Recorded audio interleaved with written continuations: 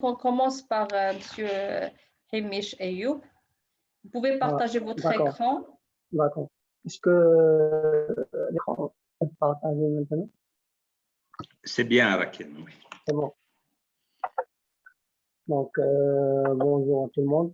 Donc, je vais commencer par, donc je vais parler sur l'algorithme de rétropropagation, ou bien le backpropagation, donc en anglais. Donc, je vais commencer par une petite introduction. Donc, l'algorithme de rétropropagation a été introduit pour la première fois dans les années 1960, presque 30 ans plus tard. Il est popularisé par Rumlar, Hinton et Williams dans un article donc sous le nom de Learning Representation by Backpropagation Error. Donc, je vais commencer par cet exemple. Donc supposons que j'ai une image d'un chat, donc un réseau de neurones donc avec deux couches cachées. Donc cette image, je vais l'envoyer dans ce réseau de neurones. Donc le modèle n'est pas encore entraîné. Je ne savais pas à quel point utiliser. Donc, l'image passe par forward propagation, donc passe en avant. Donc,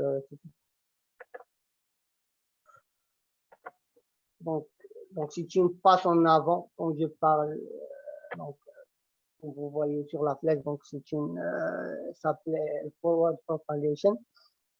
Donc, elle va passer par plusieurs transformations, donc par les couches de neurones cachées pour avoir une sortie prévue. Donc, par exemple, j'obtiendrai une probabilité qui est 0,6. Donc, moi, je veux que le réseau me donne, par exemple, une probabilité de 1, que c'est un chat, ou bien 0,9, ou bien 0,8. Donc, je calcule l'erreur, donc l'erreur quadratique, donc c'est 1 moins p au carré. Donc, c'est 1 moins 0,6, 0,4 au carré, donc c'est 0,6. Donc, moi, je veux minimiser cette erreur. Donc, pour minimiser cette erreur,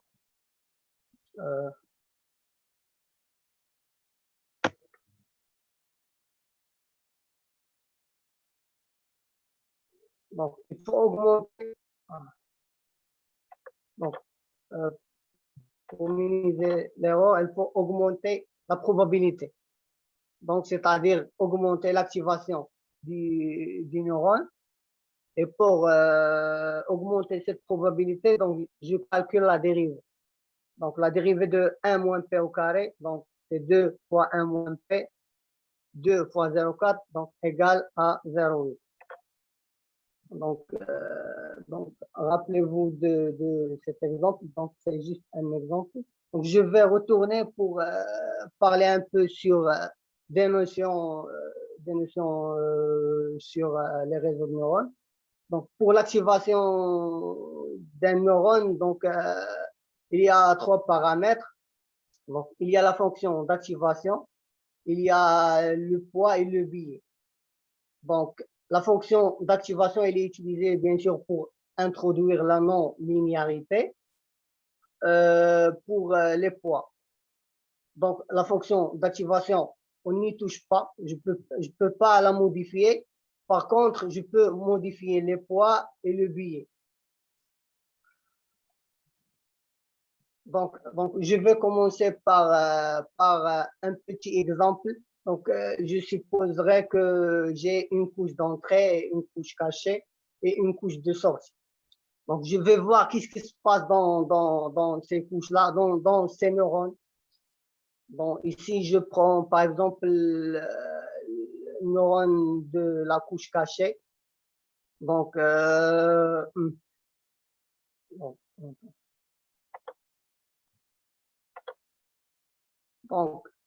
dans la couche cachée, dans le neurone de la couche cachée, il y a une multiplication du biais avec l'entrée.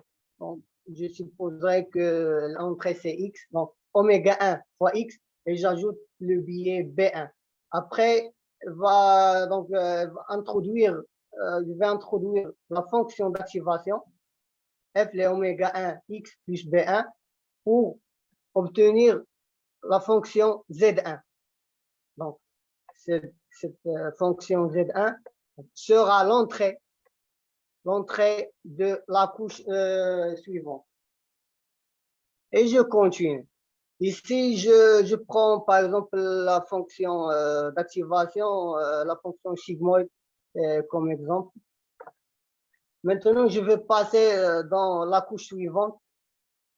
Donc, dans la couche suivante, le poids multiplié dans l'entrée, donc cette fois-ci l'entrée c'est Z1 plus le billet.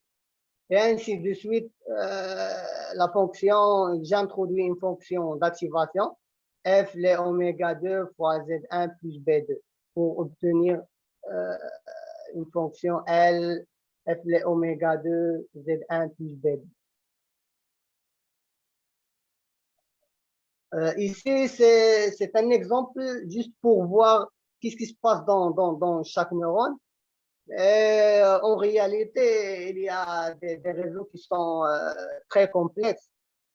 Donc, comme vous voyez ici, donc je peux avoir plusieurs entrées, plusieurs couches cachées, plusieurs poids. Par exemple, oméga 1, 2. Ici, oméga 2, par exemple.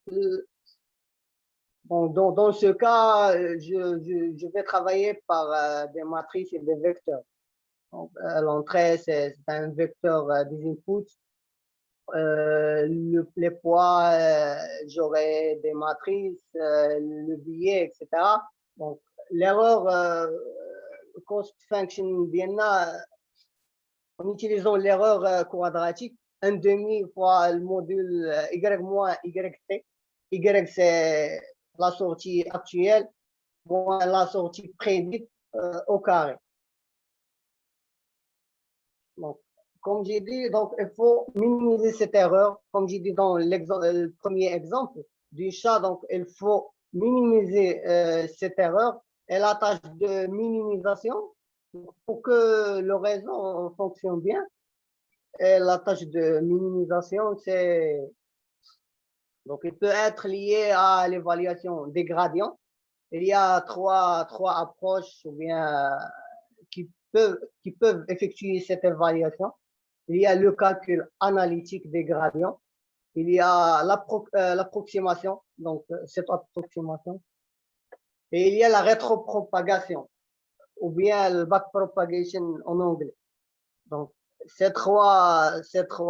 va voir ces trois approches et on va discuter sur la rétropropagation. Donc, je vais commencer par la différenciation analytique, donc le calcul analytique des gradients. Je vais commencer par cette approche. Donc, cette approche, je calcule les gradients dérivés de L par rapport au poids. Les poids, j'ai oméga 2 et oméga 1.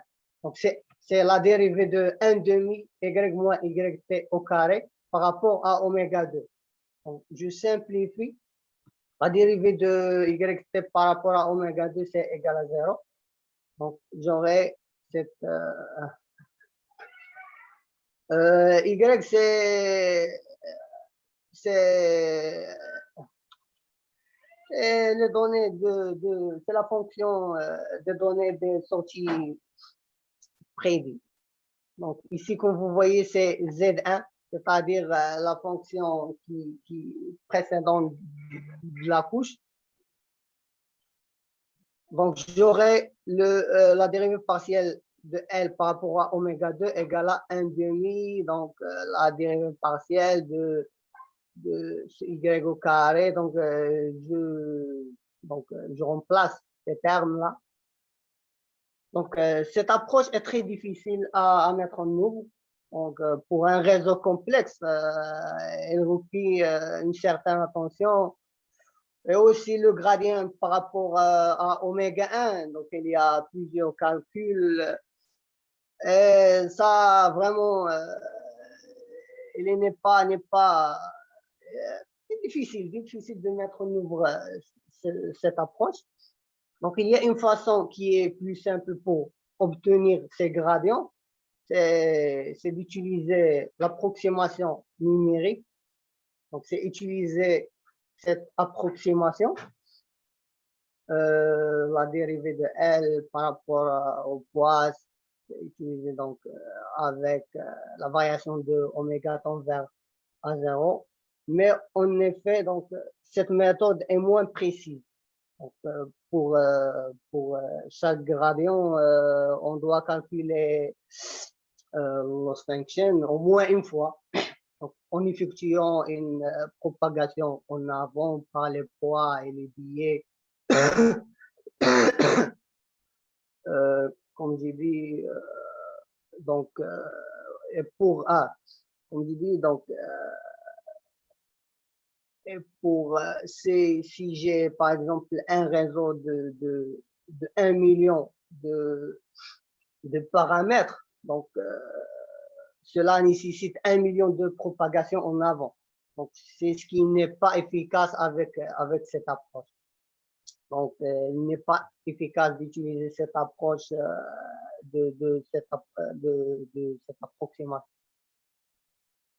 Donc, il y a donc maintenant je passe à la rétropropagation, backpropagation. Donc je conserve la même structure pour juste simplifier les choses. Donc une couche d'entrée, une couche cachée, une sortie.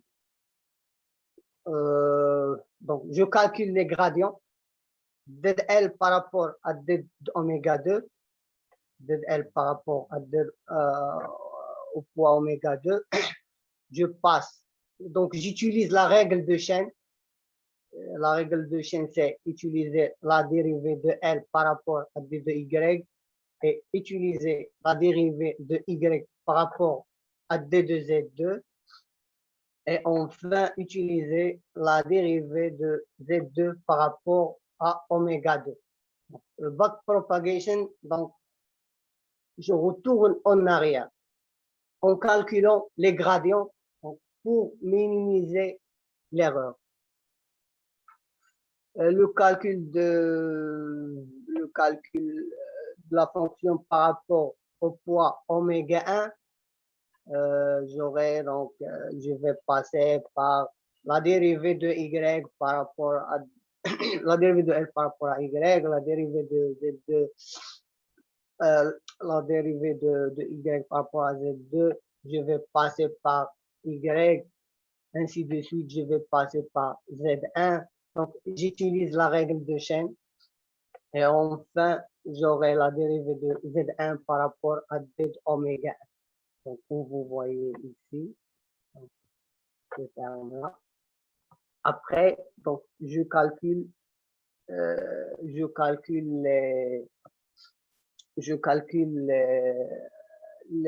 poids. Je fais la mise à jour des poids.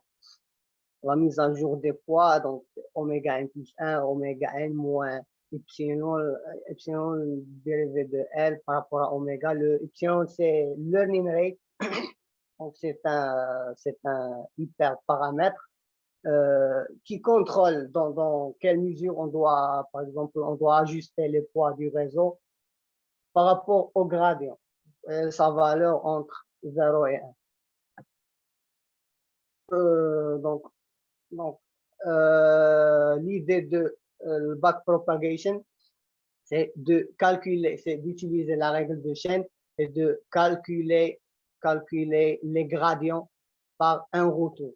Donc si je reviens, donc dans cet exemple, il y a le forward propagation et il y a le back propagation. Donc retourne en arrière en calculant les gradients par la règle de G.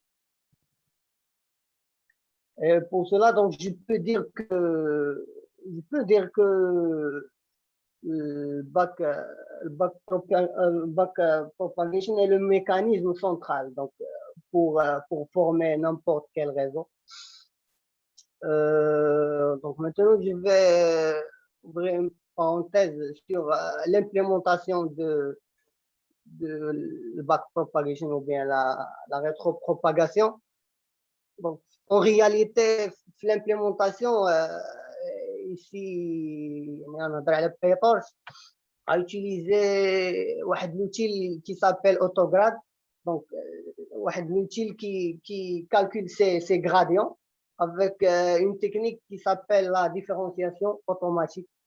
Donc, PyTorch calcule ces gradients en générant la structure de données qui s'appelle le computation graph dans une configuration complexe où il y a des milliers de variables pour calculer ces gradients. Donc, il génère ces graphes pendant l'exécution de passe en avant. Les graphes s'appellent Dynamic Computation Graph. Voilà, donc, les intéressés, je vous invite, je vous invite, les intéressés de l'implémentation, je vous invite à lire la documentation de PyTorch, la documentation de l'Autograd sur PyTorch pour voir en réalité comment se passent les calculs de la rétropropagation. Et voilà, merci.